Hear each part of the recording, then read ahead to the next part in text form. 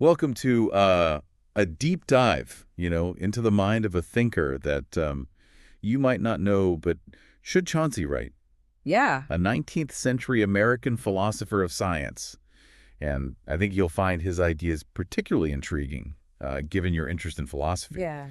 While not a household name today, Wright deeply influenced big names like William James and Charles S. Peirce. That's right. And what's really fascinating about Wright is that he offered unique spin on empiricism. Okay. He wasn't just content with saying all knowledge comes from experience. He went deeper, blurring the lines between everyday perception and rigorous scientific observation. Okay, let's unpack that a bit. Sure. I know we have a philosopher listening in, so we can skip the Philosophy 101 definitions. Yeah. But how did this play out in Wright's actual thought? Yeah. What made his empiricism stand out? Well, for Wright, even something as seemingly simple as seeing a red apple was a starting point for knowledge building. Right. But he didn't stop at just the sensory experience. Sure. He was interested in how we use those experiences, how we build upon them to create more complex understandings of the world. I'm picturing a pyramid with those basic sensory observations at the base, and then Wright's thought building upwards towards these grander theories. That's a great analogy. Yeah. And for Wright, induction was the key to that building process. But again, not induction in the simplistic sense. Right. He saw it as a multi-layered process. Imagine a naturalist meticulously observing patterns in nature. Okay. Not just noting, oh, this species has these traits, but trying to figure out why those traits exist, what pressures led to their development. That's the kind of inductive reasoning Wright championed. So it's not just about observing patterns, it's about understanding the underlying mechanism. Yes. The why behind the what. Exactly. And this is where Wright's connection to positivism comes in. He was very much drawn to the rigor and clarity of scientific methods. But here's where it gets really interesting. For a philosopher like you, Right. didn't see scientific theories as these ultimate, unchangeable truths. He saw them more as tools, almost like grammars, for organizing our knowledge of the world. So instead of saying this theory is the absolute truth, Right. it's more like saying this theory is a useful framework for understanding these observations. Precisely. And he was very forward-thinking in this regard. He actually used the term consilience, the idea that different scientific disciplines should ultimately converge towards a unified understanding, years before E.O. Wilson popularized it. That's pretty mind-blowing. So he was advocating for this interconnected web of scientific knowledge way back in the 19th century. He was, which I think speaks to his deep appreciation for how knowledge is built not just in science, but in philosophy as well. Okay, so we've got this picture of Wright as this champion of a very nuanced empiricism, deeply engaged with the scientific method, Yeah. but not dogmatically so. Yes. But where does Darwin fit into all of this? Because I know Wright was a big proponent of evolutionary theory. He was, and he saw Darwin's work as a prime example of this principle of utility at play. Now, utility might sound like a simple word, but for Wright, it had profound implications. Okay. He believed that the features of an organism, whether it's a bird's wings or a human's capacity for abstract thought, develop because they serve a purpose. They help that organism thrive in its environment. So it's not just random chance that shapes evolution. There's this driving force of utility, Right? pushing towards traits that are advantageous. Right. And it's fascinating how Wright connected this back to John Stuart Mill's utilitarianism. He saw a parallel between the ethical framework of utilitarianism, which focuses on maximizing well-being, and the way nature itself seems to select for traits that increase an organism's chances of survival and reproduction. That's a really interesting connection. It's like he's seeing utility as this fundamental principle operating across both the natural and the ethical realms. And it brings us to a point that I think you'll find particularly thought-provoking as a philosopher, Yeah. Wright's rejection of natural theology. Well, this is where things get really interesting. Yeah. Back in Wright's time, the intricate order of the universe was often seen as proof of a divine designer. But Wright wasn't convinced. Not at all. Okay. He believed the universe was eternal, governed by natural laws, but without any inherent purpose or direction. He even coined the term counter-movements to describe how opposing forces like gravity and heat constantly shape the cosmos. So instead of seeing order as evidence of a designer, he saw it as a result of these dynamic, ongoing processes. Exactly, which directly challenged the prevailing theological arguments of his day. You couldn't just look at the apparent design of nature and conclude, therefore, God must exist. As a pretty bold stance to take in the 19th century. But it seems like Wright was never one to shy away from challenging conventional wisdom. Right. Especially when it came to reconciling science and philosophy. Absolutely. And this leads us to another area where I think his thinking will resonate with you. His Okay. view of consciousness. Okay, let's dive into that next because I know Wright had some pretty radical ideas about how consciousness evolved. But first, I think we need to give our listener a moment to digest all this incredible food for thought. We'll be back in a flash to explore the mind within the cosmos, according to Chauncey Wright. All right, we're back and ready to delve into one of the most fascinating aspects of Chauncey Wright's thought, his evolutionary perspective on consciousness. Now, I know for a philosopher, this is where things can get really exciting and potentially a bit unsettling. It certainly is. You see, just as Wright saw the universe as this intricate dance of natural forces, he applied a similar lens to the human mind. He argued that consciousness itself emerged through the very same process of natural selection that shapes a bird's wing or a flower's petal. So instead of viewing consciousness as a separate ethereal realm, Wright grounded it firmly in our biological nature, a product of evolution, just like any other trait. Precisely. He believed that consciousness developed because it provided our ancestors with a survival advantage. Imagine early humans navigating a complex and challenging environment. Those who could perceive, remember, and anticipate those with a sharper awareness of themselves and their surroundings would have had a greater chance of survival.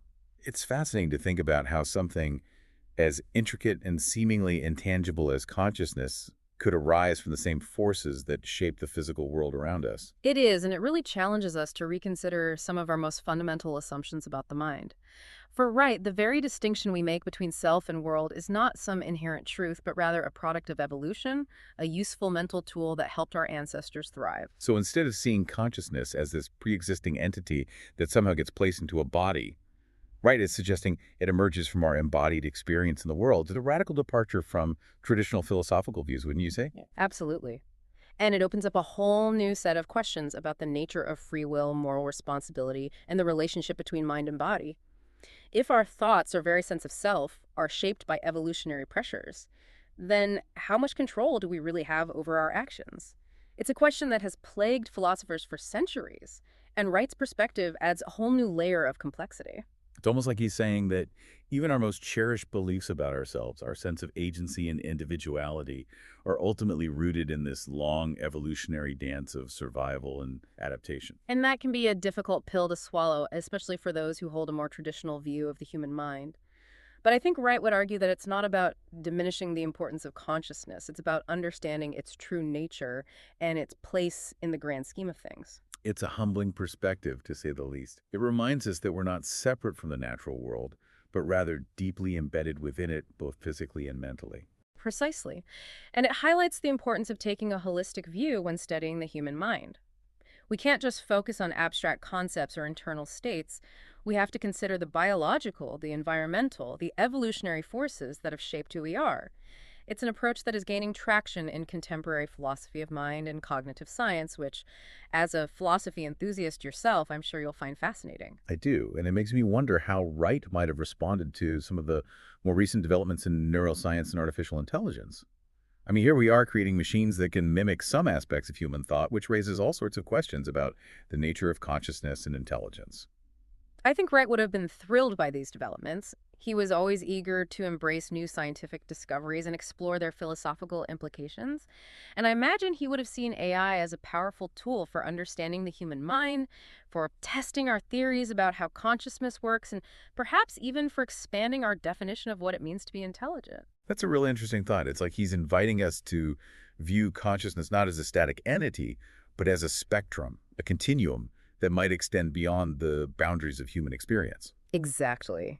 And it brings us back to that core principle of utility that was so central to Wright's thought. He might ask, what is the purpose of consciousness? What role does it play in the grand scheme of things? And perhaps by studying different forms of intelligence, both biological and artificial, we can begin to answer those questions. It's a truly mind-expanding perspective, and I think it's one of the things that makes Wright's work so relevant to a modern audience. In a world where the boundaries between the natural and the artificial are becoming increasingly blurred, his evolutionary approach to consciousness offers a valuable framework for navigating these uncharted waters. I couldn't agree more. Wright's philosophy reminds us that we're part of a much larger story, a cosmic narrative that stretches back billions of years. And by embracing this perspective, by understanding our place within this vast web of interconnectedness, we can gain a deeper appreciation for the wonders of consciousness, both our own and those that might lie beyond the horizon. It's a beautiful and inspiring thought, and it makes me even more eager to explore the depths of Chauncey Wright's ideas. But before we wrap up our deep dive, we have one more fascinating thread to unravel Wright's unique take on the nature of knowledge itself. So stay with us as we explore how this 19th century thinker challenged traditional philosophical assumptions and offered a vision of knowledge that is as relevant today as it was back then. All right, we're back and ready to tackle the final piece of the Chauncey Wright puzzle, his perspective on knowledge itself. Now, knowing you're a philosophy enthusiast, I have a feeling this is going to be right up your alley. It certainly is, and it's here that we see how all the threads of Wright's thought come together. His empiricism, his embrace of scientific methodology, his evolutionary lens, all of it informs his unique approach to understanding how we know what we know. So it's not just about what we know, but the process of knowing itself. Yeah. How did Wright view that process? Well, he was very much in line with the pragmatist tradition. For Wright, knowledge wasn't about grasping some absolute objective truth. It was about developing beliefs and habits of mind that were effective, that helped us navigate the world and achieve our goals. So it's a very practical, almost utilitarian view of knowledge. It's not about possessing some abstract truth. It's about having beliefs that work, that help us solve problems and make sense of our experiences. Exactly. And this is where his emphasis on verification comes back into play. For Wright, a belief was only truly valuable if it could be tested, if it could be confirmed or disproven through experience and observation. He saw the scientific method as the most powerful tool we have for refining our beliefs and ensuring they are grounded in reality. It's like he's saying, don't just tell me what you believe. Show me how you arrived at that belief. Show me the evidence. That's a great way to put it. And it highlights a key difference between Wright's approach and more traditional philosophical views. He was less interested in metaphysical debates about the nature of truth and more concerned with the practical implications of our beliefs. So for Wright, knowledge is almost like a living, breathing thing, constantly evolving as we gather new information and test our assumptions about the world. Precisely. And I think this dynamic view of knowledge is one of the things that makes Wright's work so relevant to us today. In a world that's constantly changing, where we're bombarded with new information every day, it's more important than ever to cultivate critical thinking skills and to be willing to revise our beliefs in light of new evidence. It's a call to intellectual humility, to recognize that we don't have all the answers, and to be open to new perspectives and new ways of understanding the world. Absolutely. And it's a perspective that I think aligns well with your own philosophical interests. It encourages us to be active participants in the knowledge-building process, to engage in thoughtful inquiry, and to embrace the uncertainty and complexity of the world around us. So as we wrap up our deep dive into the mind of Chauncey Wright, what would you say is the most important takeaway for a philosopher listening in? What's the one nugget of wisdom they should carry with them from this exploration? I think the most important thing to remember about Wright is his insistence on grounding our beliefs and experience and testing them through rigorous inquiry.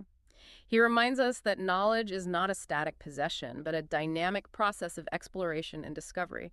And he encourages us to approach that process with a blend of intellectual curiosity, humility, and a commitment to seeking truth wherever it may lead. It's a powerful message, and one that feels particularly relevant in our current age of information overload and competing narratives. Chauncey Wright may not be a household name, but his ideas offer a timeless guide for navigating the complexities of knowledge and belief in a world that's constantly evolving. So to our listener out there, keep questioning, keep exploring, and keep diving deep into the fascinating world of ideas. We'll be back soon with another deep dive into a mind that matters.